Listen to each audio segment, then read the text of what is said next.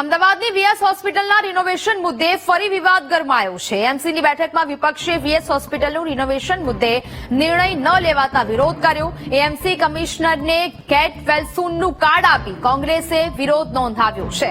VS હોસ્પિટલના નવીનીકરણ મુદ્દે એએમસીના વિપક્ષી નેતા શહેજાદ ખાન પઠાણનું નિવેદન સામે આવ્યું। એએમસી સત્તા પક્ષ માત્ર બજેટ બહાર પાડે છે, હોસ્પિટલનું રિનોવેશન નથી કરાતું। અત્યાર સુધી 4 લાખ લોકોએ સારવાર લીધી પણ વીએસને ફરી ઉભી કરવામાં નથી આવી। વિપક્ષના આરોપોને લઈને એએમસીના સ્ટેન્ડિંગ કમિટી ચેરમેન દેવાંગ દાણીનું નિવેદન સામે આવ્યું। શારદાબેન હોસ્પિટલ બાદ વીએસ હોસ્પિટલનું પણ રિનોવેશન કરવામાં આવશે। નાગરિકોને શહેરના અર્બન હેલ્થ સેન્ટર્સ, એસવીપી અને એલજી હોસ્પિટલમાં સારવાર મળી રહી છે।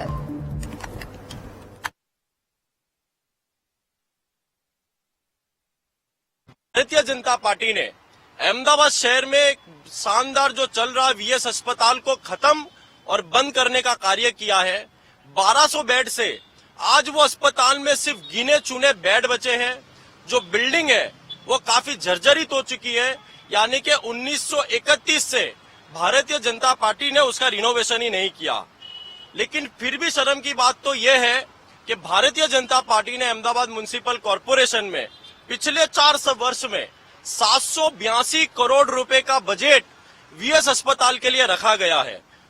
शारदाबेन होस्पिटल 1960 ની અંદર નિર્માણ પામી હતી।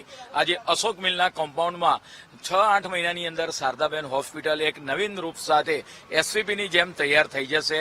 વિપક્ષ દ્વારા અલગ ખોટા આક્ષેપો કરવામાં આવે છે।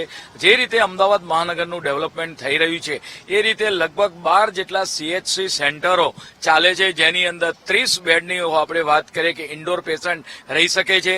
રાજ્ય સરકાર દ્વારા તેની ગ્રાન્ટ પણ આપવામાં આવે છે અને એ રીતે આપણે વાત કરીએ કે જે રીતે અમદાવાદનું ડેવલપમેન્ટ થઈ રહ્યું છે એને આધારે સીએચસી, અર્બન હેલ્થ સેન્ટર, આ તમામ સેન્ટરો ઉપર જો કોઈ દર્દી બીમાર પડે જાય તો એને દવા પણ આપવામાં આવે છે। વર્ષો પહેલા બનેલી છે, એનું પણ રિનોવેશન આવતા સમયગાળા દરમિયાન કરવામાં આવશે।